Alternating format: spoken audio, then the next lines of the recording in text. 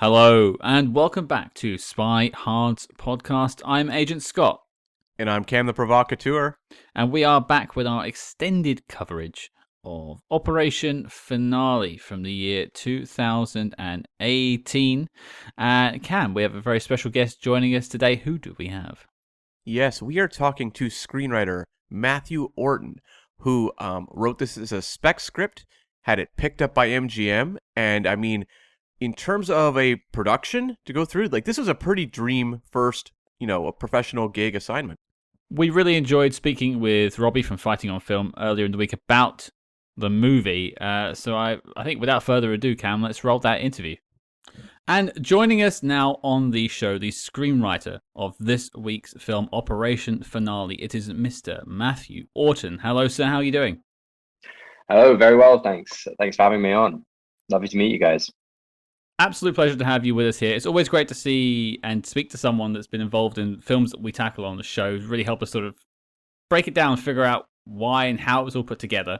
You've joined a long list of fantastic screenwriters that have joined the show, so we're happy to have you aboard. I'm thrilled to join their illustrious ranks, and I hope I can keep up. I'll do my best. Well, what we tend to do with these is start with the beginning a little bit. So Sure. Before Operation Finale, and I've read the story of how you got there a little bit, but we'll piece that together as you go. But let's take it back to the early days. What made you want to get into writing?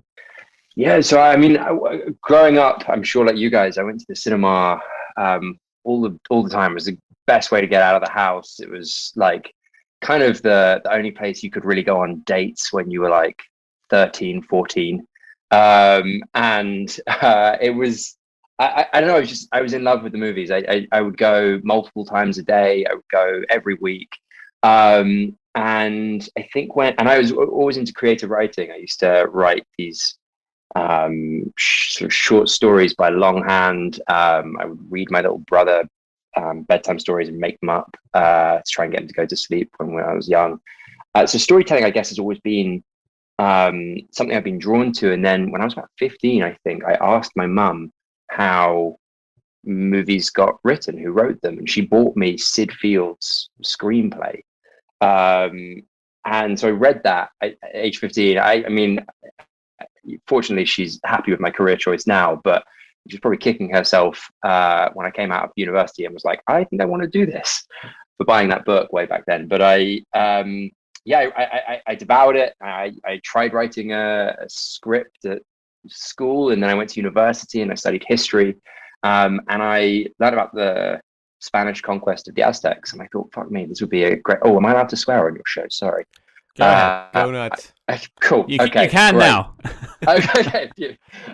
Up until this point, it's been very PG, but I'll try not to swear too much. But I read about the Spanish conquest of the Aztecs, and I thought, this would be an amazing movie or show or something. And I basically didn't get an internship the summer after my first year of uni, like all of my friends did. And so I was sort of dicking around in the summer, like, what am I going to do with my time? And suddenly thought, why don't I try writing this as a show? I'd love to see this as a show. And I think I got some advice from a screenwriter who was like very, very jaded and said, you shouldn't write anything but what you love. And so if you want to write something, just write something you're really passionate about. And I was like, yeah, I'm really passionate about this. So anyway, I wrote this ridiculously expensive hour-long pilot. This is like 2008, summer 2008. So I wrote this pilot. I'm in lots of plays at university. I direct some theatre, blah blah blah. But I leave university and I'm like, okay, I probably got to go and be a grown-up. And but did a small part in a TV show, and it paid me enough money so that I could go traveling for 6 months. I went traveling for 6 months, came back and thought, I've got to try the writing thing. And by complete coincidence, Game of Thrones had just started. And so suddenly, whereas before a pilot script about the Spanish conquest of the Aztecs was preposterous, especially as a first piece by a new writer, the market was kind of looking for it. People were genuinely interested in these sort of big budget, big scale shows.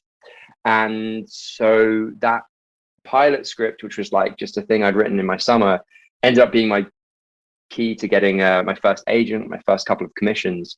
And then there was kind of 3 years of real like grind and struggle, and all of the like working the worst jobs, and actually not the worst. I tutored for the sons and daughters of the world's billionaires for a while, which was pretty fun, and gave me a lot of material for stories. But there was also a lot of like shooting behind the scenes videos for crap bands, and I worked for Simon Cowell's company for a bit. Anyway, and then in 2015, I came across the idea for Operation Finale, and then it kind of went from there. Well, not to get too far ahead there, but like, you've got your Aztec project, and now we're going to go into Finale. I'm just curious, as a writer, what about sort of these historical projects grabbed you? Because you said, you want to basically write what you love. And so where does the historical tie for you come? Believe it or not, I really love history. I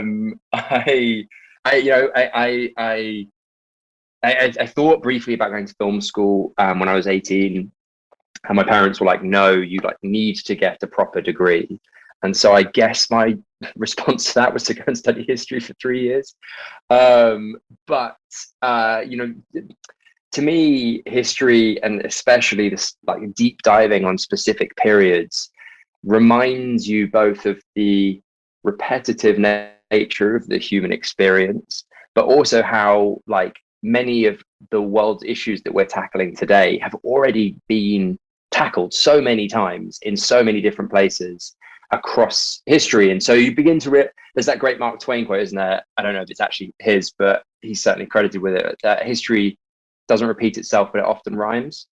And so so for me, I like to try and write about today and things that are on my mind today, or things that I care very passionately about today. But often writing about particularly political stuff today can be difficult because our politics is kind of stranger than fiction. And so much in the way great sci-fi does this, I find that really great history can tap on kind of current zeitgeists or current political, moral, ethical questions in a kind of world that isn't our own. So it feels kind of analogous. Is that right? Is that the right word? It's a word, I think. Do you know? Does that make sense? Yeah, it does. Yeah. Game of Thrones is a great show for just exploring like power and geopolitics, but it's set in a fantasy land, and sort of history, particularly distant history, has that fantastical quality to it, or that other that sort of sense of not being now that sci-fi fantasy also can do. So yeah, I think that's sort of what draws me into history. And also, I think that sorry, this is to really go off on a tangent. One of the things I really care about, and I'm just so fascinated by and passionate about, is how stories have shaped humanity forever, and how we are all governed by, whether we know it or not, these kind of narratives, and often overlapping narratives, that confuse, control, shape how we interact with the world. And so I find it really interesting going back into history and looking at like pivotal moments where the world has sort of developed one way of thinking about something, or has kind of something happened that maybe shifted our understanding of a moment. And those bits of our past, I think, are really interesting because they inform the world as we know it today. Does that make sense? That's probably very boring and philosophically sounding. No, that makes a lot of sense, and actually reminds me a lot of some of the discussion points that came up when you were and other people were promoting Finale when it was being released. So yeah, and we can talk more about that later. But yeah, I think this all makes sense. Sure. Yeah. I think as well, like listeners will know, but obviously you just met us. Cam and I met over a mutual love of Star Trek, and that is filled with analogy and metaphor, and you can do, and I can definitely see the similarities between that and the historical stories and telling it that way. It makes complete sense. There is an amazing Al Jazeera interview with I think he was a member of ISIS, who talked about seeing the Star Wars movies as a young boy and identifying so strongly with the Jedi movement, because he was like, because obviously the Empire is America, Right.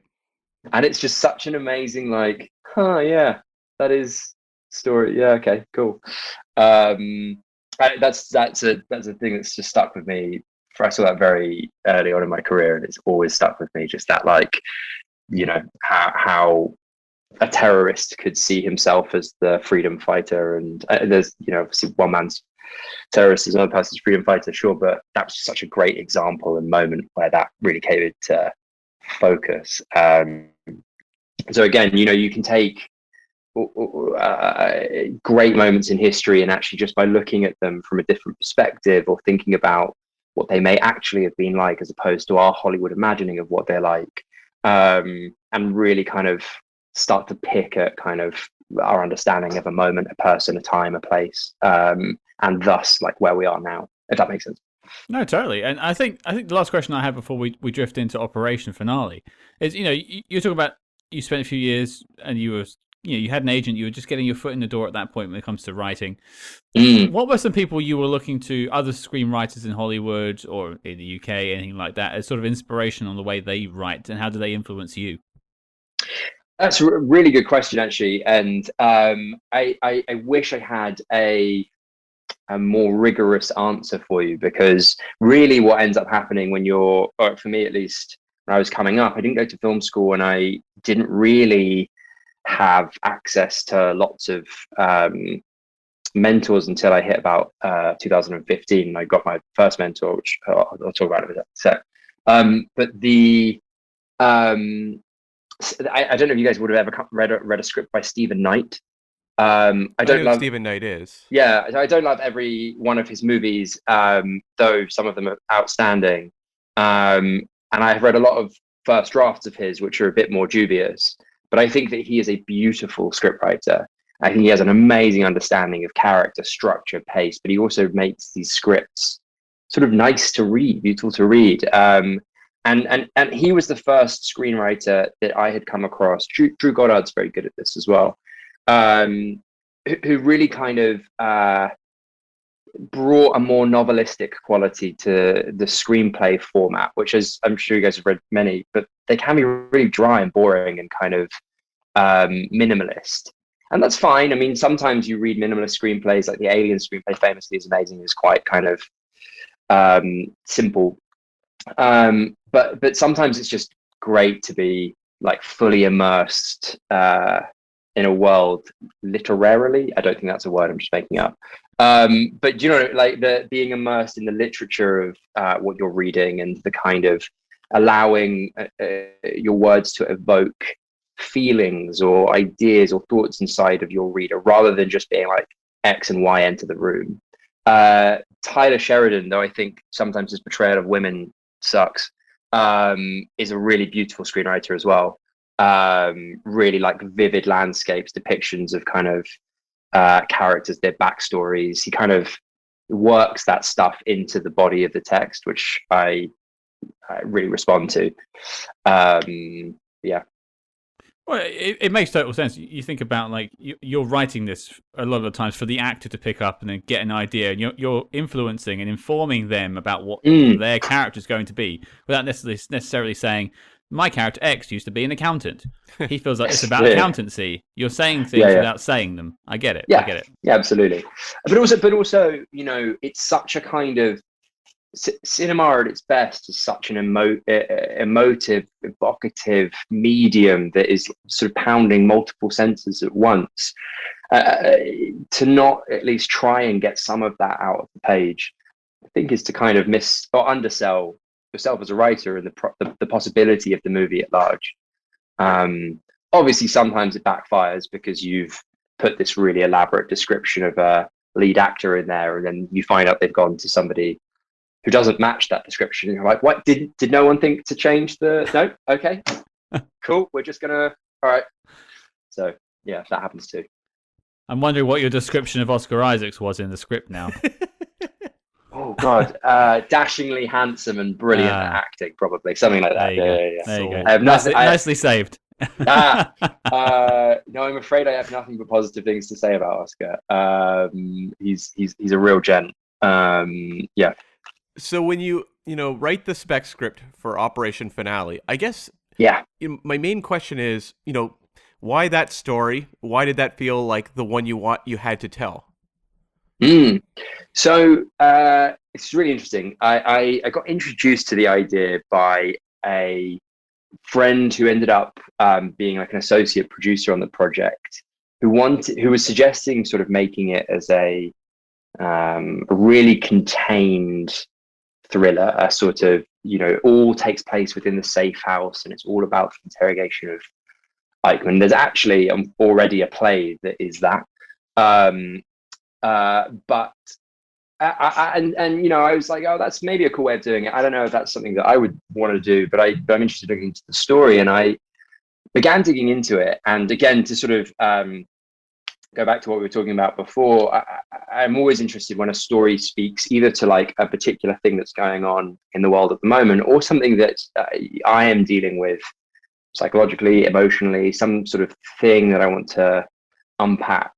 And reading the story of not just Peter Malkin, but the operation at large and the impact that it had on Israel, this new country, I was really struck by this kind of notion of arrested development, or this idea of like not quite being able to let go of your past and thus being unable to embrace your future. And the kind of moment of catharsis that Israel, and in the movie we sort of posit Malkin, felt and achieved by this capture of Eichmann. And I had, I'd lost someone incredibly close to me at a young age, and I'd been really sort of, I had this on my back all of the time. It was sort of the thing that drove me to try and succeed. It still, to some extent, does, I think. And so I really connected to this guy who had lost someone that he'd loved very dearly, and had never quite been able to let go of that, and was sort of driven by that, but also slightly destroyed by it. And so I began to really connect to the character, and I also began to connect to this notion of sort of the formation of Israel and the kind of moment in this country's history, which, let's be honest, has not been a completely bloodless and straightforward history. But it was a moment in its history, and I do genuinely believe this, where they really did the right thing, and they really aimed to set out their stall as a country of saying we don't do this like they did. We want this to be a trial. We want this man to stand and answer for the crimes that he committed. And there was something that was kind of really noble and impressive about that, and kind of, and that in the context of the what was going on in Israel at the time, which was this kind of determination to not talk about the Holocaust, to not sort of what's the word I'm after, to kind of escape from this idea of Jewish people getting onto trains and being led to their death. They wanted to sort of show that it meant something different to be Jewish now. And that, up until the trial of Eichmann, had sort of resulted in a sense of denial. I mean, there's terrible stories about how we have it in the movie too, but there's awful stories about how Israelis would refer to people who survived the Holocaust as soaps. Obviously in reference to the stories of the Jewish people being, well, they're fat rendered in soap and whatnot. Awful stuff. And it wasn't out of malice, it was out of kind of a deep sadness and a deep regret. And I think that the capture of Eichmann allowed the country a moment of kind of catharsis and a moment to sort of face the past. You hear these heartbreaking but amazing stories about just like the tears and the kind of release and the moment these people were able to kind of reconcile this awful thing that happened to them and this place that they're now in, or that they were now in as a country. Anyway, so there was a lot of that kind of stuff that I just found really inspiring and really kind of. I knew what I wanted to say and kind of how I wanted to say it, and I knew that it was big. And I hadn't written a big historical thing for a little while, and I just kind of, So I went on my way. I quit all of my crap jobs. I think I'd maybe just got my first pilot commission. And I got paid like 14 grand, I think. And I was like, all right, I am going to live off this for 6 to 8 months and write this thing. And it sounds very hackneyed and cliched to say, but I was genuinely down to my last, I think, like, I don't know, 500 or 600 pounds. Like, I was real close when I got the call about MGM wanting to buy Operation Finale, which was cool. Well, that's actually a point I was going to jump into in a second, was MGM. But I wanted to just track back a little bit. Now, you mentioned there was someone who sort of helped you out earlier on. And Yeah. I see the name Matt Charman pop up in an online article. Matt Charman. Yep. Yeah, he's been on the show before. We're big fans of Matt. For Bridge of Spies, when we tackled that a while ago. Yeah, great film. I clearly didn't go through your back catalogue with enough of a fine tooth comb. Matt is the best of men. He is my mentor, friend, idol. I honestly couldn't say more nice things about the man. I love him. He became my mentor in 2015. I basically wrote this script. While I was writing the script, I'd written a different thing, a political thriller, that got me on. I'm going to make sure I get this right. Got me onto a mentoring scheme called Guiding Lights, which was a lottery-funded thing, which sadly doesn't exist anymore, but was an amazing thing for the British film industry. And the whole point of it was that they would find you a mentor. You could pick anyone that you wanted to be your mentor. And I went and spoke to a bunch of people in the industry who I'd met and sort of asked them who they thought would make a good mentor for me. And I think I asked 5 people, and 4 of them were like, you know what, you and Matt Charman, you'd get on real well. And so when it came to picking my mentor, Matt Charman was my number one choice. And I remember the people running the program were like, what? He's a playwright who's like co-written a bit of like a movie, and they're like, come on, I mean, we can get literally anyone you want. And I just had happened to know that Bridge of Spies was on the way. And my whole thing was, I want to know what it's like being someone in the marketplace now, not someone who came up 20 years ago and has enjoyed success for 20 years. And yeah, anyway, so they asked, Matt agreed to meet me. We had a wonderful first meeting in BAFTA. He was like, let's do this, let's go. And then when the finale script was originally just called Finale, the operation was not my idea. But when he read it, he was like, yeah, you should meet my manager.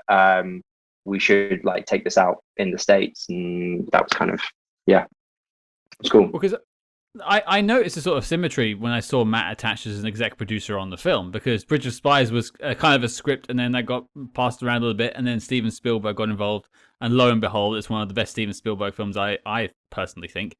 Sure.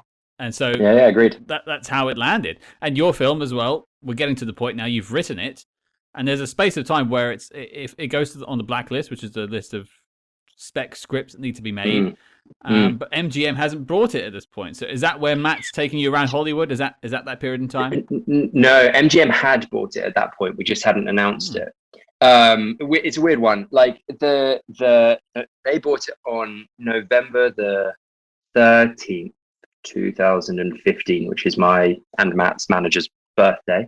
The wonderful Jeff Silver, who has a fantastic story, because I met him on the Monday. The Friday was his birthday, and he called me on his birthday to be like, you're not going to believe this, but MGM want to buy it, which was cool. And so it all happened incredibly quickly. It was a very, very fast thing.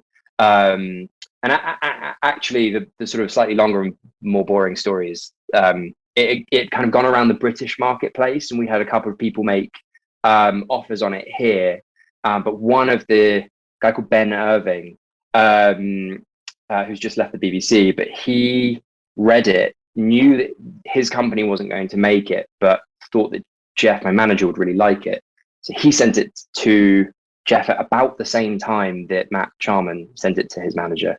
And so that all kind of, and he was like, oh, I've got to, anyway, did the whole spiel, agreed to work together on the Monday, and then on the Friday, he had sold it. And then I can't remember how many, we announced it after that, at some point. Because these things, everyone gets very excited about the kind of headline, we're going to buy it for this, and we're going to do this, and we're going to make you this. And then actually the paperwork takes fucking ages, and so it's not as exciting as you sort of think it's going to be. But it's super cool. It was super cool, and it was very strange actually. I remember it happened on the night of the Paris terrorist attacks, and my housemate at the time was Parisian, and so I sort of got this call at 11 o'clock at night, being like, "Hey, buddy, your life's going to change forever," and I was by myself and sort of sat in bed. Didn't know who to call. It was too late to call my parents or anything. And then my housemate came back. So I was like, oh, finally someone I can talk to about it. She was in floods of tears. And we stayed up all night watching the news coverage roll in. And at about 4 o'clock in the morning, she was like, you seemed really happy when I came in. Is everything okay? I was like, oh yeah, actually, yeah, it's quite good. But yeah, it's a very strange evening. Yeah. Well, it seemed like from doing the research on sort of the development of this movie, in comparison, because every week we do this where we're tackling in a movie, and sometimes the journeys to the screen are tortured at best. And this seemed like a case where it's like a lot of the pieces fell into place pretty quick. And I would like to know about, when Chris Weitz entered the picture. Yeah. So Chris actually came on board quite early. It was very funny I am probably allowed to tell this story. At the premiere, John Glickman, the then president of MGM, sort of got up on stage and gave this very sweet speech. This is the same guy who, when I first went to America, sat across from me. He's like head of, I think he was second in command at MGM. First time I've ever been to LA. They've obviously bought this script of mine, flown me over. It's all loads. We're in the meeting room for the first time talking about which directors we might want to speak to. John is just there sitting in his chair, leaning back, and just interrupts everybody, points at me and says, how old are you? And I was like, how old do you think I am, John? And he goes, nope, don't fuck with me. How old are you? And I was like, I'm 26. And he went, go fuck yourself. Go fuck yourself. And that was it. That was all he said all meeting. And I came out and I was like, did I do something? He's great. But John in the premiere was like, there was only one person I wanted to go to with this project, Chris Weitz. And Chris came on stage and was like, I know that's not true, but I appreciate it all the same. It was amazing. Chris, I mean, but to be fair, both to John and Chris, he was I think one of the first 3 or 4 people we spoke to. He's got obviously a deep personal connection to the project and subject material. I think was looking to do something a bit more serious in this space. And he's just a deeply thoughtful, intelligent guy.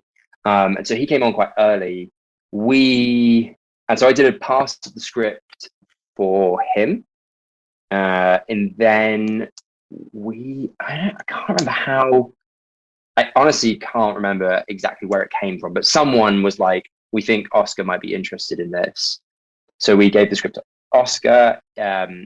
He was like, I'm interested in this, but I want to do a rewrite with you guys.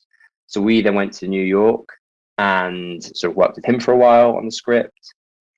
And that was cool. Just going to New York to hang out with Oscar Isaac. I was like, oh, all right, this is a good experience. I've never been to New York before, and yeah. Turns out he knows the cool bits of New York. Who knew? And then that process took, I think, about a year on and off, and then we sort of finished the draft that we would go out a bit more widely with. Finding our Eichmann, we went through a couple more people than, Oscar was only person we spoke to for Peter Malkin. I like when we spoke to a couple, and then obviously landed Ben Kingsley, Sir Ben Kingsley.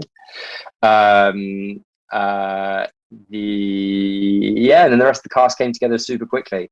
Obviously the wonderful Leo Raz, Founder, Founder fame. Nick Kroll was amazing.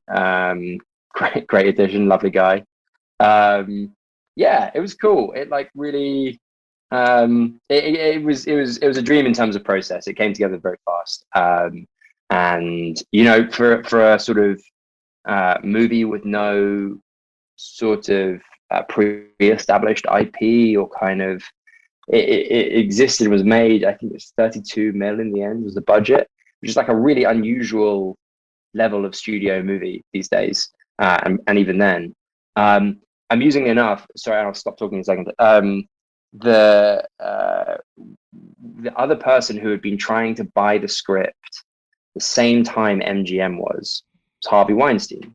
And I, on that weekend, I was told, the MGM weekend, I was told to not answer my phone because it would be Harvey trying to call me. And sure enough, like I got a bunch of calls from an unknown number and didn't answer, and did in fact meet Harvey twice, I think, after this, because he, was like, oh, I never wanted it anyway. Blah, blah, blah, blah. Anyway, we were on set shooting Operation Finale when the Me Too news broke, and it was like mad because the whole team, we just had this collective shiver run through our spines because we're like, wow. And we were never, MGM was such brilliant partners, and we would never have gone with Harvey partly because he's sort of infamous for not paying people properly and all that sort of crap. But it was just, it was a real sort of someone walking over your gravestone kind of moment. It's definitely a parallel universe sort of thing there, the what could have been. But also a bit scary. I imagine what that set was like. We would not be having this chat, I think, in that parallel universe. Sadly, I'd have probably been fired from the movie and rewritten by, I don't know, someone who would do his bidding. But yes, anyway, Well, you mentioned, you actually kind of jumped into my next question a little bit as well, actually, there. You mentioned you did a sort of rewrite for Chris, and then when Oscar came on board, you did a rewrite there as well. You've been with the script, which is it's quite rare, actually, especially from the screenwriters we've spoken to. A lot of them just hand over the script, and off they go, and then the film gets made. And you seem to have stayed with it. I was watching an interview with you earlier today where you spoke about staying with it and making some changes during production. Yeah, sure. But you cast your mind back a wee bit now, but are there any major changes that were made to the script along the way? Things that were taken away that you sort of missed, or things added that you think were brilliant? Loads. It was my first, obviously, experience having a movie made, right? So, and actually, like, I think before I say any of this, firstly, Chris and MGM actually were just so generous, both in terms of keeping me there and around. Like Chris knew that I wanted to direct one day, and so was like, you should watch me because this will be a good lesson for you. And it was like being in film school for 8 weeks. He's remarkably generous with his time. And just, in general, it was so cool to just be the writer on the project. Loads of stuff changed, and I watch back over the movie now, and there's some stuff that I haven't watched the movie in a couple of years actually, but there's some stuff that I really wish we'd been able to actually have in there. I think it's sort of, it hurts the movie it not being there. There's a couple of mistakes that I see as a writer where I'm like, fuck, come on, man, why didn't you think of that? So there are lots of those sorts of things.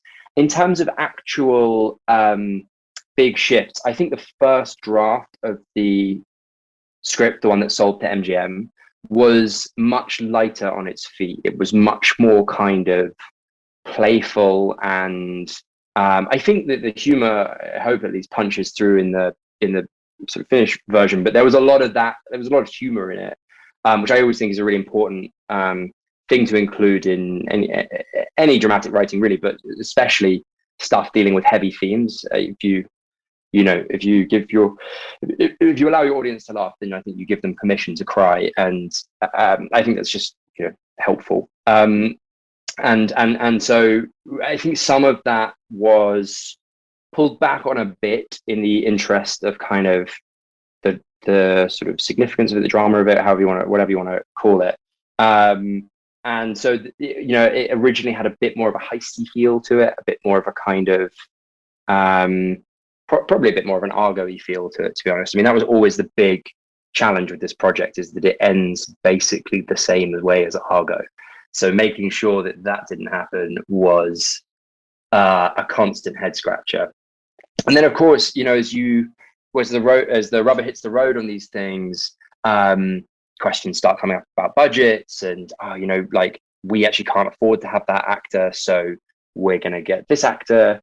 And maybe English isn't their first language, so we're going to need to change some of the blah blah blah. Or where there was a sequence here in a car, we're going to cut that, and that stuff kind of in itself, you don't really notice it changing the movie, but when you look back on the overall piece, you're like, oh, why is this bit not as kinetic as it was once in the script? And you realize it's because you slowly pulled out a lot of those moments from what it was before. It's also just amazing. Sorry, I'm rambling again, but it's amazing seeing how much movies change in the edit. Everyone always says it, but my God, when you get in there, you're like, huh, that is a different movie. And that's not. That makes it sound like that's the case with Operation Finale. It's a bit different, but it's not. I'm not like, wait, what? They caught him? But it's that was again, and Chris again very generous having me in the edit, like showing me how it worked, talking me through his process. That was super cool. Do you want me to think of specific changes? Because I probably can, but I'll need to rack my brain. You can have it on the back burner and think about it. We're happy to know things if you know them. Yeah, if it pops to you, I'll let's noodle know. it. Yeah. I think that. Well, I think in the first draft. Yeah, in fact, that's right. None of the Lothar Hermann stuff and Sylvia and her dating Klaus, that all existed in the first half from the beginning, but none of the kind of kidnapping of the maid or the kidnapping and torture of the maid, and also the kidnapping of Lothar Hermann, both of which are things that happened after the operation, but did actually happen, including the carving of a swastika into her chest. Neither of those things happened in the original. I think that I made up a lot of more stuff that the Takawara did in terms of like hunting them down, and like I think I played a little more fast and loose with history. And I tell you, the one thing that I do remember that I am to this day sad that we cut. Previously, we met Eichmann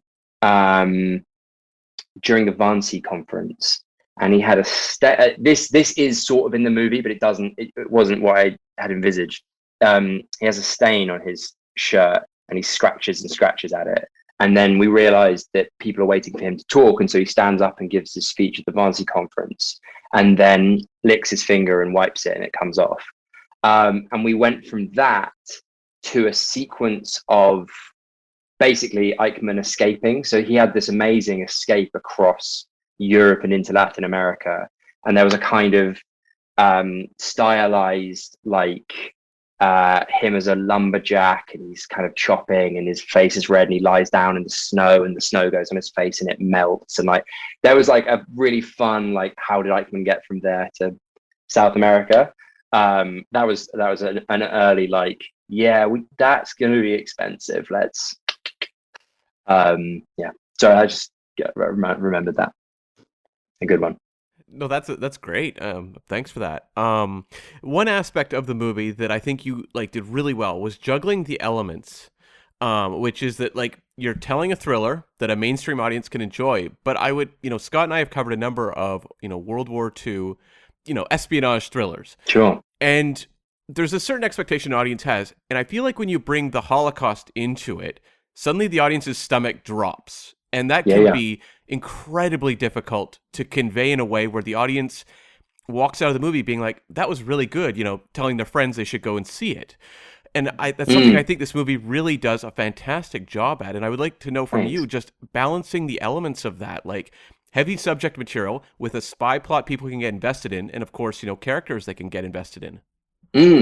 Well, part of that is obviously, and again, this is, in no small part thanks to that amazing book Eichmann in My Hands by Peter Malkin, of just like the work that has been done post the kidnapping and execution of Eichmann to sort of humanize the guy.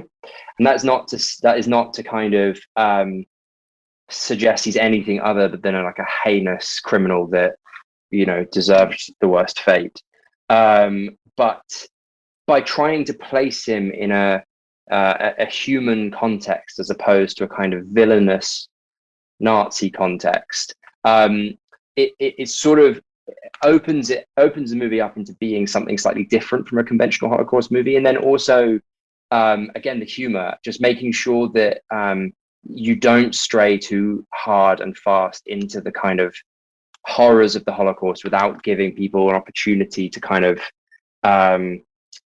what's the word for that? Unwind basically with humor. And I think one of the Schindler's List, obviously, like Ray Fiennes' character is completely despicable, but there are funny moments in it. And when you find yourself laughing in amongst the horror, I think it actually serves to like deepen the moments that are horrific, but stop them from becoming stifling and unbearable. I mean, an amazing movie that I love and am hugely inspired by is Son of Saul, but it's a hard watch. Like do you know what I mean? Because it's just unrelentingly bleak.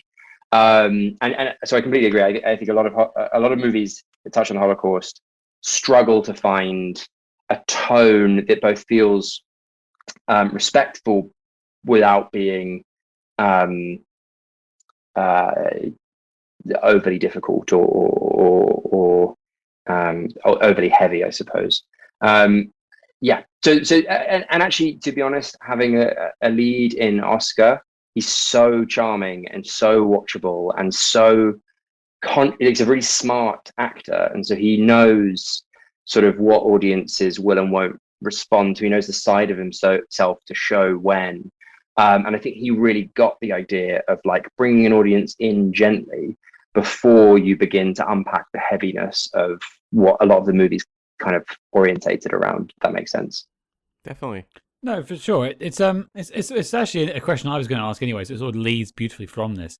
And it's a problem I had with the film, and not in the sense of pointing at anyone in particular, but I was watching Ben Kingsley portray this man who I know to be abhorrent. And he's giving him a character, he's giving him a life, he's giving him a personality and quirks and all these sorts of things. And I at times thought, like, this is too human. But then I watch an interview with Ben Kingsley about the film, and he says, that's the point. We're meant to show that he is and what we are capable of. And that's a scary realization to make. So I suppose to bring it to a question, what was it like for you trying to navigate those waters and trying to make it sound, bridging the side being farcical and also very straight? Yeah, sure.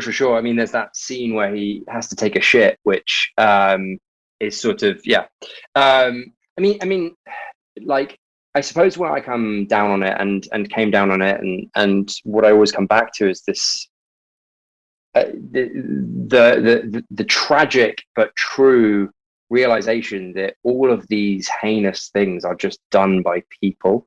Like we are all maybe capable is the wrong word, but like humankind is capable of the worst atrocities, but we're also at the same breath capable of like loving our families, loving our pets, doing good things for our community.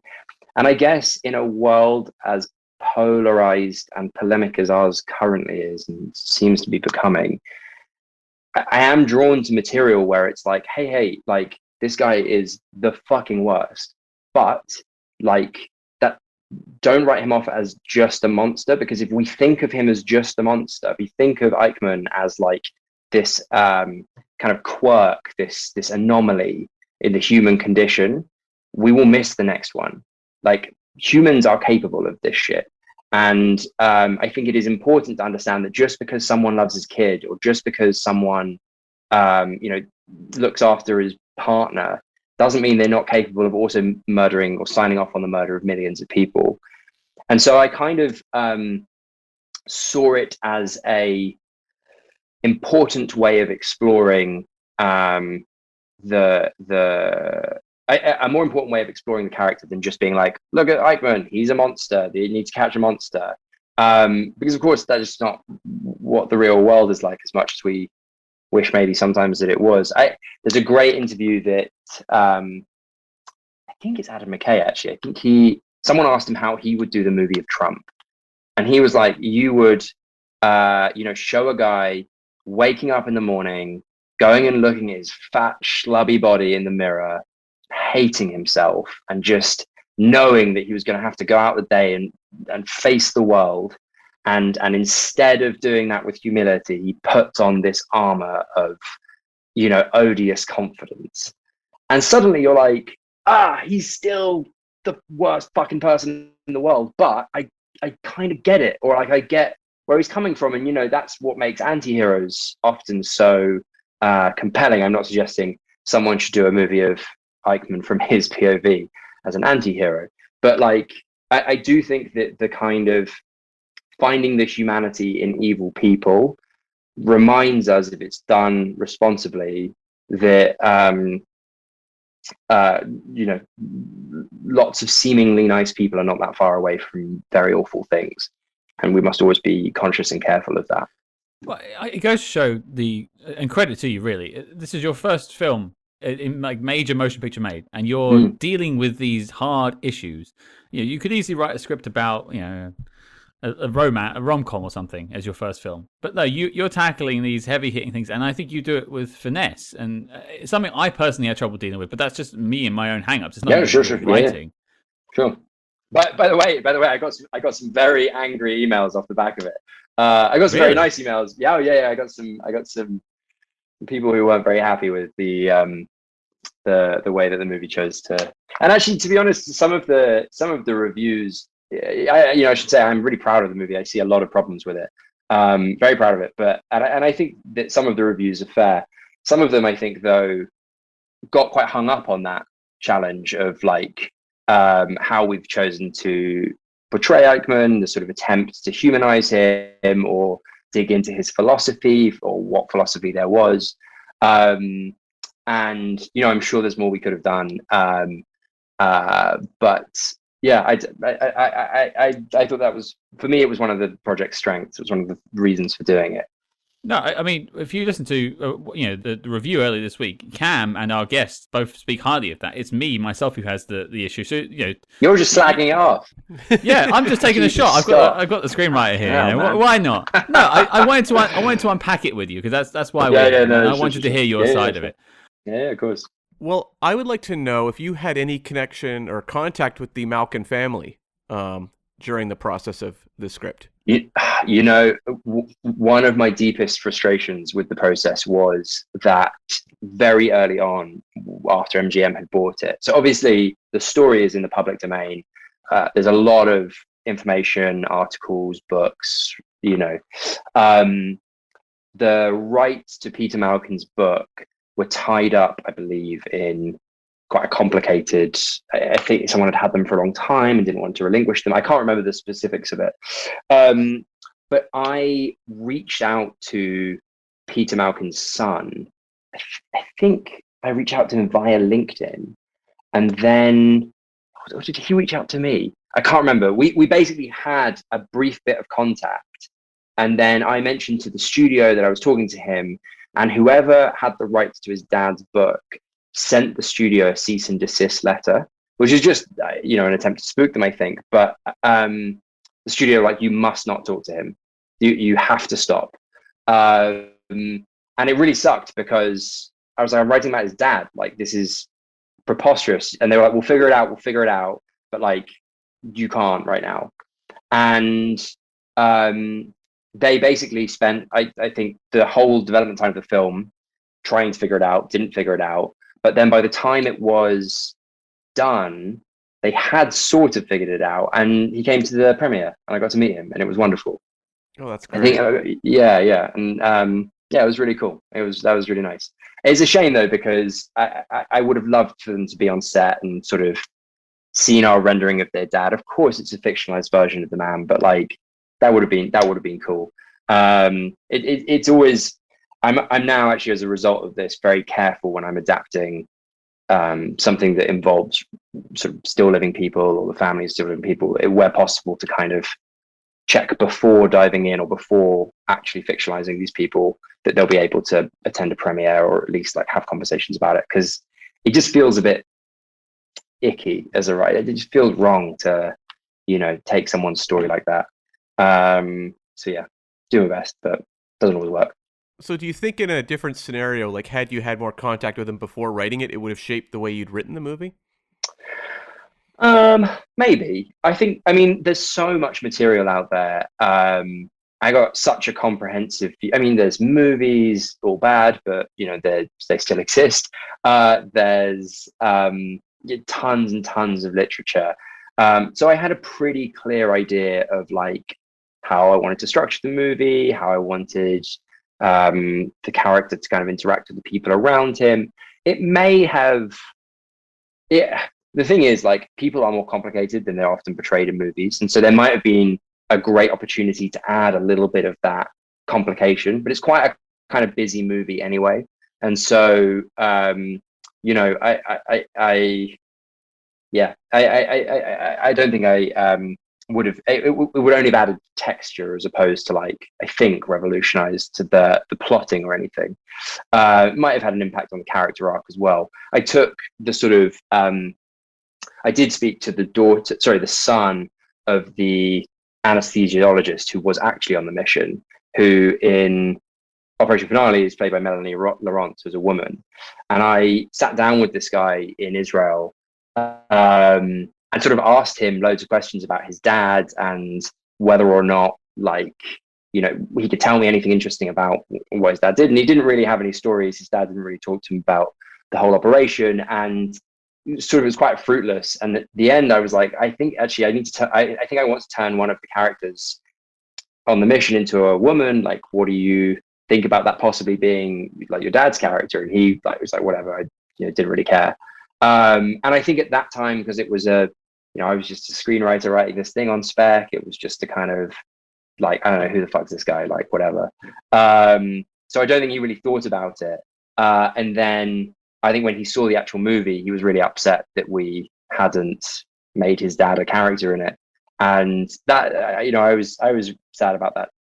I was sad about him being upset, but I was also like, I told you, and like that is kind of how these things go sometimes. And so it's a weird, like, when you're telling a story about people either still alive or their families, like, it's a really weird one to navigate. And we will just kind of try and do our best and, have the best of intentions. And sometimes it goes well and sometimes it doesn't. Well, you mentioned this earlier on in the conversation. I made a note to bring it back up when we're sort of talking about the film. Originally, it wasn't called Operation Finale. Yeah, Operation was added. Where did that come from, and were there any other names at any point? Because it seems that seemed like a little bit of contention with you there. Oh yeah, little guy, yeah. I'm the bad guy today, apparently. Me. Yeah, no, you're not the bad guy. No, in this particular instance, test audiences are the bad guy. So we actually went through so many names for the movie. When I sold it, it was just called Eichmann, which is not a compelling title, as the movie that was then subsequently released called Eichmann shows you. We called it Hunting Eichmann for a bit, although there's a book called Hunting Eichmann, which is a brilliant book that I think MGM were nervous about sort of copyright issues. I don't think it's normally a problem with titles, but just to be safe. We one of my favorites, though everyone shot me down, was The Driver is Red, which was the code name that the Israelis relayed to one another when they believed that Eichmann was Eichmann. Unfortunately, the code for Eichmann is Eichmann, not we think Eichmann is Eichmann, was The Driver is Black, which would have been a really weird title for the film. So, we ditched all of those. There were a couple of others as well, but we ended up on Finale, and I was like, yeah, you know what? Final Finale, it's got a kind of gravitas to it. It was the name of the operation. It's also to do with the final solution, blah, blah, blah. And I remember it was quite close to the release. We were still sort of arguing over the title. And we had this meeting, and it was just after a couple of screenings. And one of the execs was like, yeah, listen, in all the test screenings we've done, Operation Finale tests better than Finale. And the reason, apparently, was because there was a concern that if we called it Finale, people wouldn't know how to say the word and they would call it Finale. And I don't know loads about movie making. I don't know loads about human psychology or whatever. But I was like, but surely they just call it Operation Finale. Like, no, is that? Anyway, it was one of those moments where like you realize the decision was made so long ago, and you're being told as a courtesy. And I think the person who broke the news to me was this wonderful exec from MGM who I love very dearly, Cassidy, and she really saw the funny side of it. But it's one of those things where you're like, someone's made this call, and I don't get it, but I know that I'm not going to have a say on it. So yeah, that was how that one went. It's fine. It's fine. You don't need the operation in front of it. It makes it sound like a movie that it's not. Anyway, whatever. Operation Argo. Would you anyway? Yeah. It's funny though, because Scott and I covered a while back a movie called Operation Crossbow, which was a World War II espionage film, and the movie didn't perform great, and they blamed the fact it had the word operation because they thought it was a medical film. Incredible. And so they released it as Crossbow internationally. And so yeah, it seems like there's a lengthy use of the word operation in spy movie titles where they never quite know what to do with it.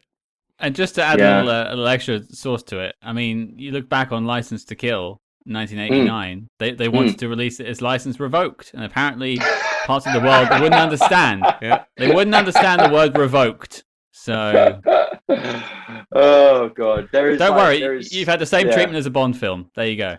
I'll take it. There is some logic that happens in the world that around things like this, and I just don't. You have to. So I'm actually right in the middle of a conversation about a spy show that I'm working on, or sort of spy show that I'm working on, that we're now changing the title, I think.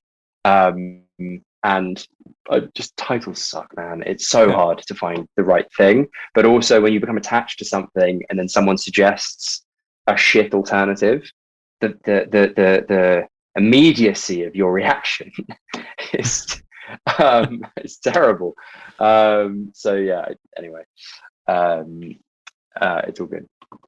Well, we're talking about sort of the legacy of the film. It went out to people, did test screenings. Now the film's out there.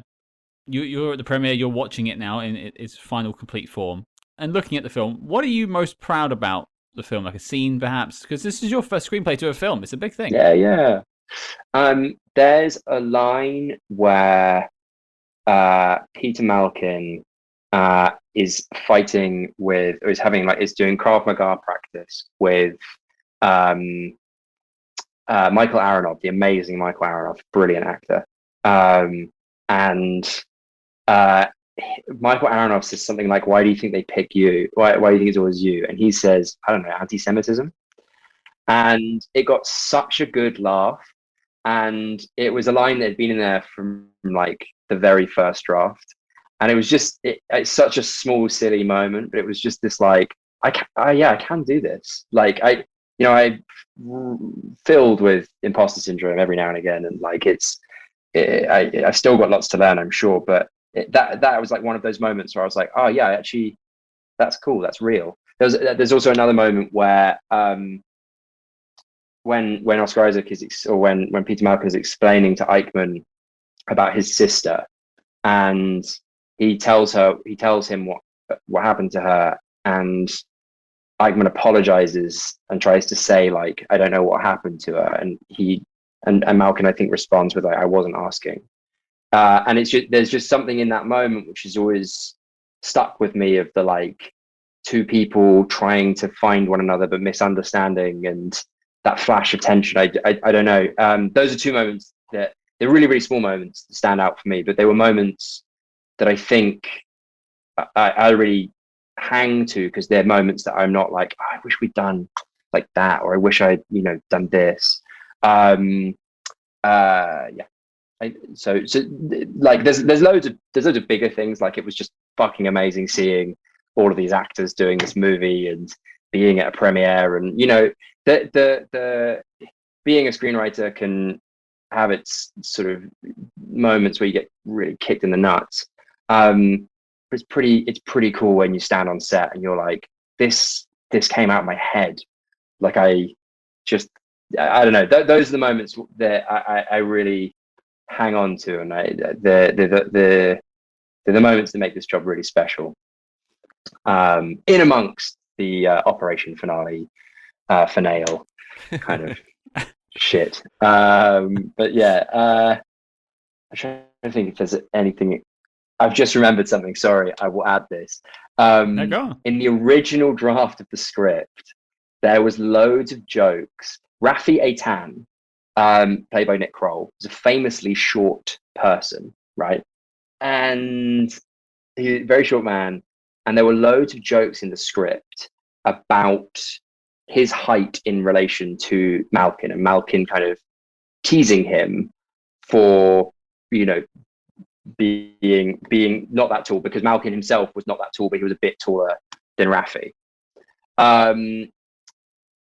In reality, Nick Kroll was taller than Oscar, and so those jokes didn't play. So we cut all of them, except history only remembers the tall people. And Oscar says, "What about Napoleon?" And he walks off, and the line gets a laugh, but it's like, what? And that is actually a callback to like 8 jokes that got cut. And I forever am like, why didn't we rewrite that last scene if you're going to keep it in, but cut all the others? It's very weird. But anyway. It definitely does stand out, though, as a line, because Scott and I quoted that to close off the review. So, I mean, it worked, I guess, at least on some level. Sure. Of all the things. Cheers, guys. Of all of the things. Yeah. Yeah, sure. Great. Well, I suppose the last question I have about finale, and Cam, you could jump in as well if you have anything. It's just in retrospect now, as we said, this was your first screenplay made to a major motion picture. What did you take away from it? What did you learn from doing the process? Oh my God, man, we're going to need another hour and a half for this. So much. I'll try and boil it down to like 2 or 3 of the biggest takeaways. As a writer, you spend a lot of your time crafting the words on the page. You try and wring meaning out of bits of dialogue. You try and describe the way in which an actor might do something. Obviously not too much. You don't want to impose on their craft, but you do try and get a sense of like what's going on. You really agonize over what each paragraph is doing, which each sentence is doing. When you see it then up on screen, you realize actually an actor as good as someone like Oscar Isaac can do all of that with a look. And what it teaches you, I think, or it's taught me at least, is that when you are writing for screen, write for screen. Don't try and kind of impress people with the beauty of your words, because that's not often how people speak. In fact, most people ramble. Most people are roundabout or kind of hide what they're really trying to say, and what they really mean, what they really feel, is done with looks. And so that was an amazing lesson to take away from the process. I also just, for the first time, really got to understand and grapple with an actor's process. So again, Chris, because he's the best, because he's the best, and also because I think secretly didn't want to have to deal with this himself. Whenever actors had character questions, he was like, "Go speak to Matt." And so that was quite interesting, because people, and Nick Kroll was particularly keen on this and good at this, but he would be like, "So, what's like, where's my character from, and like, what, how did he get from here to here?" And it really, you realize how rigorously the best of these guys interrogate the material and sort of build those characters in their heads. And so that really reminded me that I need to always up my game in terms of the depth of character backstory, nothing you're seeing on screen, just like where these people are from, who they are, what they believe, why they believe it, and having that to hand both makes the process of writing easier and better, but also just saves your ass in conversations like that. It means you're not kind of freewheeling. I think those are the never get too attached to bits that you love. There is a scene, Simon Russell Beale is in the movie for one scene, I think. He plays David Ben-Gurion for one scene, and he had this monologue about speaking to a British politician, and this British politician, and asking what the Emperor Titus was famous for. And this British politician makes 3 guesses, and they're all wrong to the Jewish people. He's like fixing poverty, going to war, blah, blah, blah, blah, blah. And he says, this is how history remembers this man who destroyed our temple and scattered our people to the wind. And some of it was improvised by Simon Russell Beale, and a lot of it was there, but it was this amazing, stirring speech. And it was just, I wish I had it on tape somewhere. I'm sure I find it. Because it was just like, this is the movie. This is what the movie is about. This is how people remember people like that, because they were never held to account. And MGM were like, we need to try and get the movie under 2 hours. So, and that, I think, is that was a huge mistake, in my opinion. I think that speech really would have hit what the film was about in a really powerful way. But anyway, is what it is. So yes, never get attached to stuff. That would be my, or never get too attached to stuff. Know what you want to fight for. I'm now much better at picking my battles. Right. And I just have one final question I wanted to ask, which is that, you had a very accomplished technical advisor and consultant on this movie, and Avner Abraham, who was obviously former Mossad. And I'm just curious, I don't normally ask this of writers, but when you have someone this specialized, does that have any impact on the work as well? Because they can contribute so many ideas as well, and so much insight. Loads. I mean, Avi, he was less of a script consultant, though he had ideas and he sort of threw a few little bits and pieces in there, and he kind of tweaked a little bit of the specifics in the dialogue. He, I think, drove the art department fucking crazy, because he was just like, this is what that would look like. That's not what that would look like. His technical know-how in terms of just sort of props, costume, locations, that kind of thing, second to none. Really amazing. And he was great fun to work with. We interrupt this program to bring you a special report. Calling all agents. Independent podcasting, much like the spy game, requires considerable resources, whether it's research, equipment, hosting, or of course constructing a top secret volcano lair. We're putting out the call for your support. That's right. As you may know, we've activated the Spy Hearts Patreon. home of our ever-growing lineup of Agents in the Field episodes where we decode non-spy films from your favorite spy actors, and full film commentaries with more intel than a Basil exposition briefing. Cam, what have we got in our crosshairs this month? Well, Scott, the Die Another Day commentary is live, and we are getting dirty again with Harry Callahan with the third installment of the Dirty Harry saga, The Enforcer. It's going to be marvelous. And if that sounds delicious, then become a true spy hard today and join the circus at patreon.com/spyhards. But before this message self-destructs, Cam, resume the spy jinx. Well, I think before we wrap up, I did have a couple of questions post-Operation Finale. Yeah, sure. One thing, and this is just me from doing my research today, and I haven't seen anything else about it since, but your name came up with The Night Manager Season 2. I knew you were going to ask. I can't wait. I mean, Yes, it's John le let's talk about Carre. it. I'm going to ask about it. Yeah. And the first season's terrific. It is. Yeah. Yeah, it is. It's a lot of fun. Yeah. I mean, how did that come about, and what's going on? Good question. So I will give an answer that will be less diplomatic than it should be. I'll maybe sprinkle a little bit of diplomacy in there. So very long story short, I got asked to be part of a room for The Night Manager Season 2 around the time I sold Operation Finale. That room never materialized. I then got asked after, if I remember rightly, we announced that I was going to do this movie, write a Battle of Britain movie for Ridley Scott, and that Oscar Isaac was attached to Operation Finale about the same time.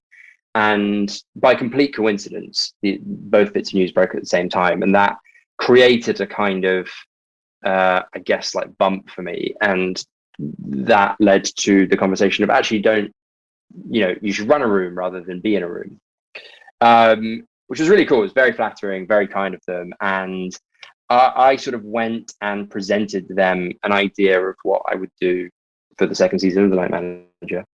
And they were interested, and we started talking about it.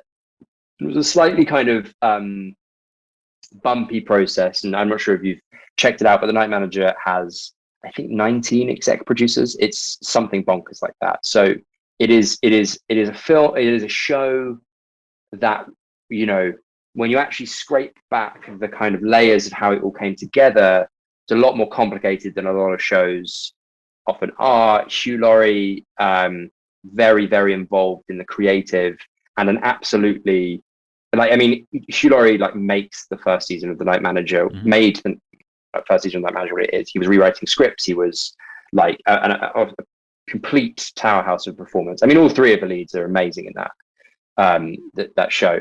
But obviously, the show is very successful. So all three of them were quite skeptical about the idea of coming back for a second season. So I wrote two drafts. I wrote a draft for the first episode and a draft for the second episode of another 6-episode run. Gave it to Hugh, Tom, and Olivia. They all got on board. They all loved it. It was off to the races, and so we put a room together. I worked with some absolutely amazing writers in that room. A guy called Charles Cumming, a woman called Nancy Kahn, and a woman called Francesca Gardner, who is, an unbelievably talented writer. And we wrote the second season. We outlined the whole thing. We had outlines. We had 2 episodes. We had structure in place. And I don't know if this is all that was going on, because I was kind of shielded from a lot of the politics. But the story that I heard was that le Carre himself read my 2 drafts of episode 1 and 2, came into the producers' offices and said, these are good. These are really good. They are more Matthew Orton than they are John le Carre. But yeah. And I got a phone call the next day being like, how do we make the scripts more John le Carre? And it was this kind of sort of moment where I think I and a lot of other people realized that actually, of the 19 executive producers on board, there was still a lot of disagreement about the direction that it was going in. and we had a very, very specific window that we needed to hit for filming. And I think Hugh got wind of the kind of, horses being a bit nervous in the stable, and was like, guys, I'm not going to commit to this if you're going to fuck around with the scripts at this stage. I'm out. And I don't think there was any point in making Night Manager season 2 if Hugh Laurie's not involved. So I was like, okay, I'm also going to bow out. Yeah, I mean, Olivia and Tom are both obviously stupendous actors and great talents to work with, but Hugh is that show, right? Like, imagining that show without Richard Roper is hard. So I ended up walking away, which was really sad. But and then I think, if I remember rightly, about 3 or 4 weeks later, John le Carre came into the office and had rewritten what he thought the Night Manager season 2 should be, I guess, as a sort of protest to my work.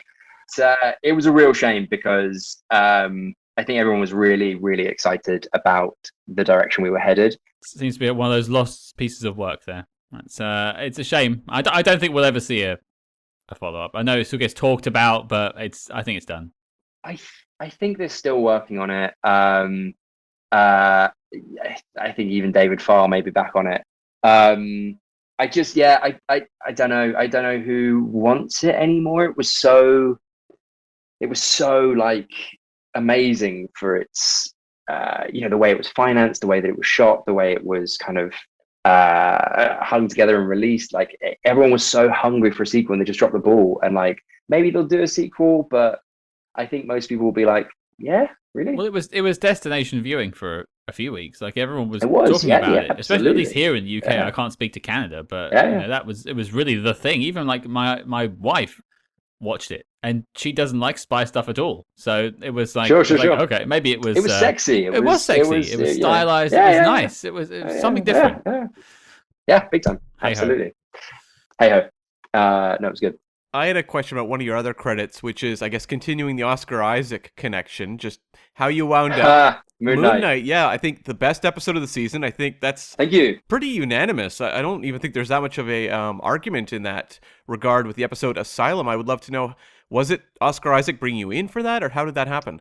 Yeah, I mean, I actually never asked if it was Oscar specifically. I've been talking to Marvel about Fantastic Four. Oh wow! And the same producer is produced Moon Knight, and they were actually about to go into production. They were sort of on the way towards production, and as is often the way with these massive budget things, for all kinds of reasons, what they need changes, and they had a draft of episode 5, but like it really didn't work, and they asked if I would come on board and kind of like do that, like sort of figure out the end of the series. I did a dialogue pass for Oscar on some of the British stuff, although he improved quite a lot as well.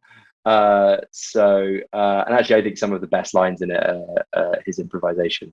I'll take credit for a couple, but he was great.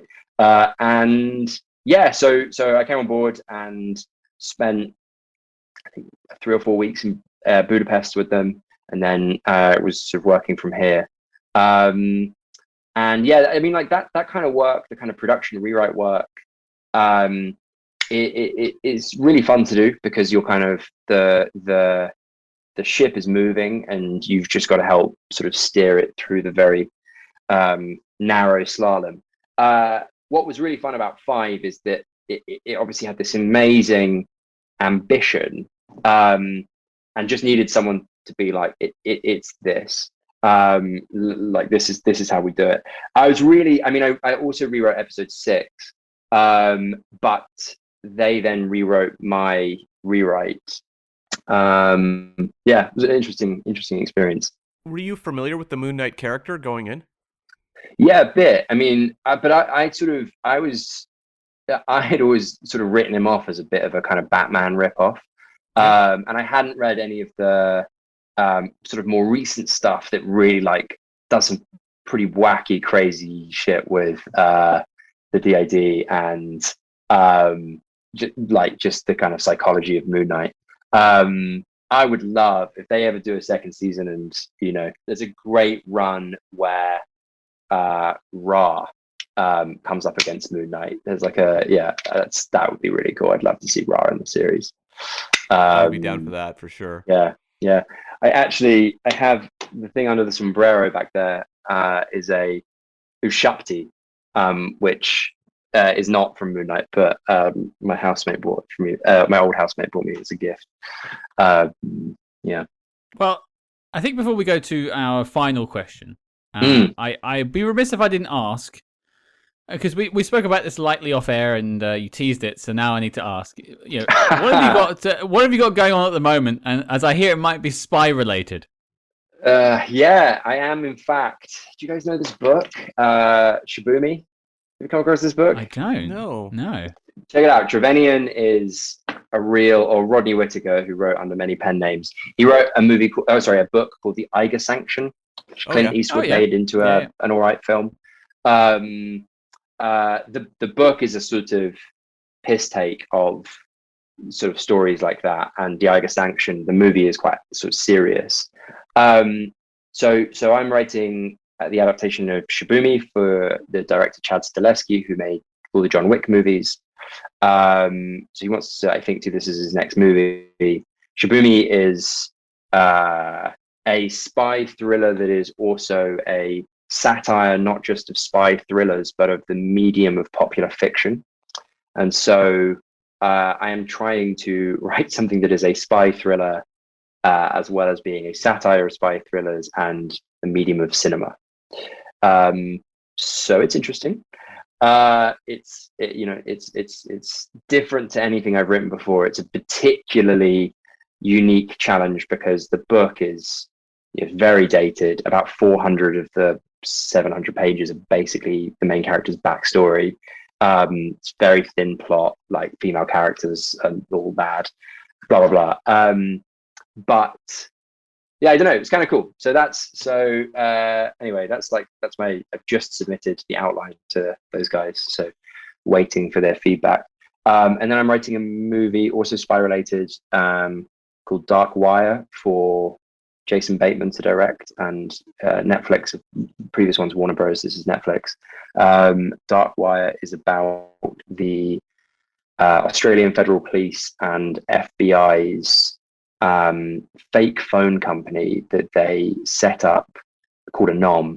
They ran an anonymous phone company, essentially like a tech startup, when they realized that the world's criminals were communicating via these kind of customized phones. And they ran this operation and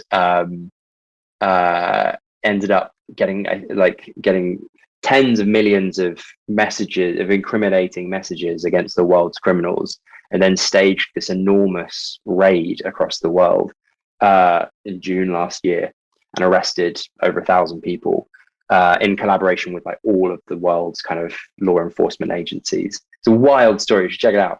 And obviously it's kind of it's great because they bring down loads of the world's criminals, but kind of also sort of entrapment. So there's an interesting kind of moral question at the heart of it. So I'm just outlining that at the moment.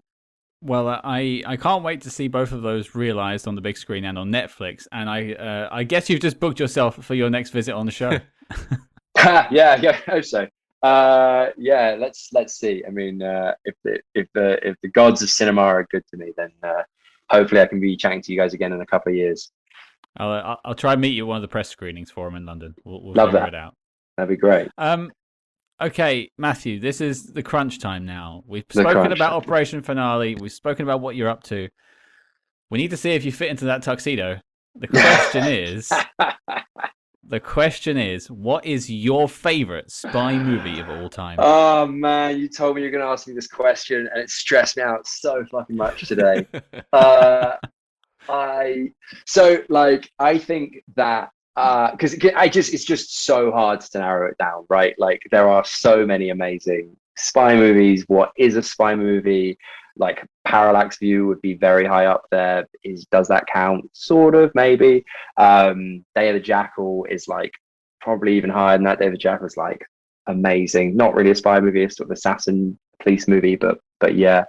I mean, this is probably a bit of a cliched answer, but The Lives of Others is just, you know, maybe one of the best spy movies there is. It's so affecting and quiet and brilliant. I think that, you know, there's like the quiet spy movie, which you know, is amazing. If we're going for like slightly louder spy movie, I am controversially a massive fan of Bourne Ultimatum. I think it's the best of the lot. Right. If we're going for something like that, yeah, I think that's. So if we're going like bang bang kind of movies, Bourne Ultimatum. If we're going for like slightly kind of quieter spy movies, Lives of Others be what I go for, I think. I think that's the first mention we've ever had of Lives of Others on the show. Oh, really? We haven't tackled it yet, but I think it's the first of our guests that's actually brought it up as well. Interesting. Yeah. It's so good. You know the movie, right?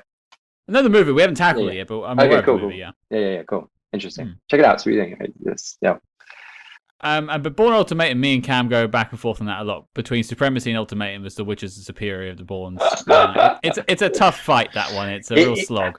It is a tough fight. I just think the sequences in Ultimatum are the most confident. The variety of the locations and the action is, I mean, that set piece in Waterloo is just so good. And it comes to a conclusion, that moment where he swims away at the end. Come on. I love it. I just think it's the most confident installment in the trilogy, and the one that kind of gives you a sense of like, both the others felt a bit like they were kind of leaving the door open for some more. And although the Bourne Ultimatum does do that, I just felt it was such a nice ending to the, you know, you sort of wish they hadn't brought it back, maybe a little bit. Although actually, the fifth Bourne movie's all right. People give it a hard time. I give it a hard time. Yeah. Yeah, sure. Yeah, fair enough. But yeah, no, yeah, it's I spent so long, honestly, today thinking about this. Like, I was in one of my meetings today, just like completely losing track every time we were supposed to be talking about something else. I was like, but wait, which one is my favorite? I love those 70s ones, man. Like the 70s spy thrillers or the paranoid thrillers are just like, they're so good. But then also you've got like Tony Scott stuff, like Enemy of the State, Spy Game, amazing. Don't know if you can count Man on Fire, but Man on Fire, my God. I'm really stretching the definition of spy movie here, I think. Don't worry, that's what we do professionally. Yeah, sure, yeah, fair enough.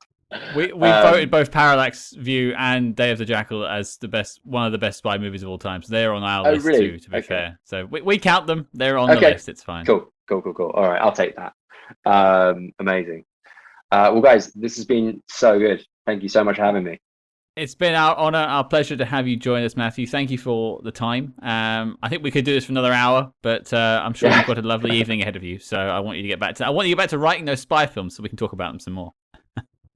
Yeah, maybe that's one for early tomorrow morning, I think. But yeah, awesome. All right, guys. Well, so nice to meet you both. Scott, I'll see you at a press screening sometime. Cam, if you're over in the UK, we'll do it proper. For sure. Cool. There you go, folks. That was our chat with Mr. Matthew Orton, taking us through the production and the screenwriting process for this week's film, Operation Finale. I mean, quite the in-depth conversation we had there. Yeah, definitely. And this has been a movie, Operation Finale, that has kind of bounced in and out of our list of things to cover. I've tried to get this one across several times, but we had to change it because of scheduling. And I'm really happy that we finally found time to talk about it. The movie, I think, in terms of discussion points, was more interesting than I even realized it would be when I was, trying to get it onto our schedule. But also that we were able to talk to Matthew, who brought, an unbelievable amount of insight into the process of writing this material, translating some, I think, very difficult history to the screen, and making it a, compelling 2-hour spy adventure. Yeah, it's funny because we've had a few screenwriters on the show, and we mentioned them, Matt Charman being one of them, who again came up with a concept and sort of passionately fought for it until it was made a major motion picture. And it's nice to know there's a connective tissue between the two of them, and it's nice to see the passion that Matthew had for this story, and to the point of putting it out there and it getting turned into the film. And I think he did a bang up job with it. Yeah, and both very clearly interested in history in a big way in terms of writing new material. And that is an aspect to me that's always fascinating, because were I to become a screenwriter, like, that would not be my avenue. I don't have that sort of knowledge or comprehension in terms of like translating very complex history to the screen. And I was really impressed with how easily, Matthew was able to do that, and in a way where I never felt lost in the movie. I thought it did a really good job making it feel like an entertainment that people could sit and watch, but one that also had more, headier thought about it. Like, it was a movie that we definitely had a lot of discussion about that movie, just in terms of its themes, its, the historical elements that it was including and what they all meant. So I think he did just a fantastic job with that. Well, I mean, firstly, no one wants to watch your Silences, Matt Helm, and Goldfoot /Fic film. That's never getting off the ground, Cam. You can stop pitching it now. That's true. No one wants to see those movies that I am, I was going to say writing, but let's be honest, I've written them. They're in a drawer. He's shooting them at home by himself. The saddest of pandemic projects. He is the bikini machine. But yeah, I suppose back to headier topics. It's interesting because another World War II film we spoke about a few months ago now, before the summer, Paul Verhoeven's Black Book, and that was a film me and you had an interesting time talking about, because it definitely challenged the viewer, but I think it challenged us in different ways that this film does. And this film really makes us grasp and think about a person and what would go into doing these acts. And we spoke about that, and I had trouble in the review of having to think about someone like Eichmann as a person. But on reflection and talking with Matthew and listening to interviews with Ben Kingsley, I do understand the approach. I just maybe hadn't expected it, and I hadn't expected myself to be challenged so much by what I perceived before going into it as a World War II spy film. I think something that was really interesting that jumped around my head when I was talking to him about writing, in particular, Eichmann, as played by Ben Kingsley, it reminded me of a conversation we had with Ben Power about writing Hitler in Munich, The Edge of War. And it was kind of like two different approaches, where Ben Power talked about how with writing Hitler, you want to avoid the caricature, and you want to get across how, terrifying the guy could be in a room, but wasn't necessarily opening him up as like this, fully realized human character the audience could really try to understand. And that's the opposite of what was going on here, where Eichmann, in some ways, he's impenetrable through the entire movie, but at the same time, there was a very clear attempt to try to make us understand kind of where this evil comes from a human being, as opposed to more of this kind of fearsome Nazi figure that we would know him as through history. And so I thought that was a really interesting kind of contrast between those two writers and what they were trying to do with these very horrible people. And it's funny, talking about the connective tissue with this film with Matt Charman, and having that angle on the film, and him and Matt Charman seeing the potential of the script and saying, hey, we got to get this out to Hollywood. And very quickly ends up in the hands of MGM, and very quickly ends up in the hands of Oscar Isaacs and the director as well. It just goes to show the strength of Matthew's writing. And obviously, there were revisions, and there's things that he took out of the film, which we discussed in the interview. But I think at its core, it's definitely a challenging film, but I think it's delivered in a way that is approachable, and I think it doesn't push the viewer too far away. No, I agree. And it also doesn't, though, on the flip side of that, it doesn't feel like it's sanded down for public consumption, if you will. Because that could easily be the case where they say, oh, just kind of, tone it down and we'll just sell it to a mainstream audience. Like, I think it actually asks tough questions of the audience, and I think there's some tough material, especially when you get towards the end and they're, showing actual Holocaust footage in the movie. That's something that, like, the average audience doesn't necessarily sign up to watch if they're picking a movie on a Friday night. But I think the movie's very smart in the way it tells a story, like Argo did as well. And Argo was referenced in the interview, of pulling you into, a very complicated, political event, making it feel like you are absorbing actual information and absorbing an actual element of history that's interesting and complex, but at the same time allows you to walk away feeling like you've, essentially been on an adventure with these characters and you have an emotional takeaway. Yeah, and you look with the discussion we had originally, the script actually had perhaps a touch more comedy in it. Yeah. Or perhaps a little bit more farce in it. Like, it was pointing out some of the silly nature of all this in some aspects. And that obviously got sort of toned down through the process of creating the film and the revisions the film had. And these are the sort of things that I really enjoy about our chats with people who make the films, because you just don't know this. And this also isn't the stuff that's like on the bonus features of the DVD. No. This is really like how a film gets made and the reality of how a film gets made, because there are sacrifices, and Matthew did talk about one of the things he learned from this film is picking your battles, what hill do you want to die on. And I think they made the right call. I think this tonally works in a film. I think I'm not sure any more comedy would have done it for me. Right. Yeah, like, to me, I think it works just perfectly as is. I didn't have the maybe the frustration with the Napoleon line that he had. It jumped out to us at least, so I guess it kind of worked. But no, I mean, it's a classic case, and we've talked to many writers at this point. Writing movies is hard because, when you say write a story, just for yourself at home, that story can just exist in your mind as that's the story right there. When you're writing a film, there are, other people are involved. Chris Weitz, obviously is an acclaimed writer himself, so he's going to have some input that he wants to give. Oscar Isaac as well, very, intelligent actor who I think understands story very well, given what the projects he picks. You look, typically Oscar Isaac has pretty good eyes for material. So right there, it's about collaboration, and you can see how certain elements are going to change over the course of the process. And I think the key is, are you ultimately happy with the end result? That's probably the most important thing, even though there's going to be, changes made along the way. And it's interesting thinking about like the feedback. He said he got some quite abrupt and rude emails back from people who didn't like the characterization of Eichmann and giving him a personality. But that, if you read a little about what happened with the trial and like the whole banality of evil article that was put out, that was kind of the talking point around the guy, of just how normal he was, aside from this horrific side of his person and his history and his choices in life. And so I think giving him that sort of fully fleshed out existence was the right choice for the film. I think it's the braver choice as well. Like, Yeah. I think to try to acknowledge the humanity of Eichmann was important to this story. And is it the choice that all writers would have made? No, I don't think they all would have, but I think that's what makes this movie, for me, like, that's one of the most compelling aspects of the movie.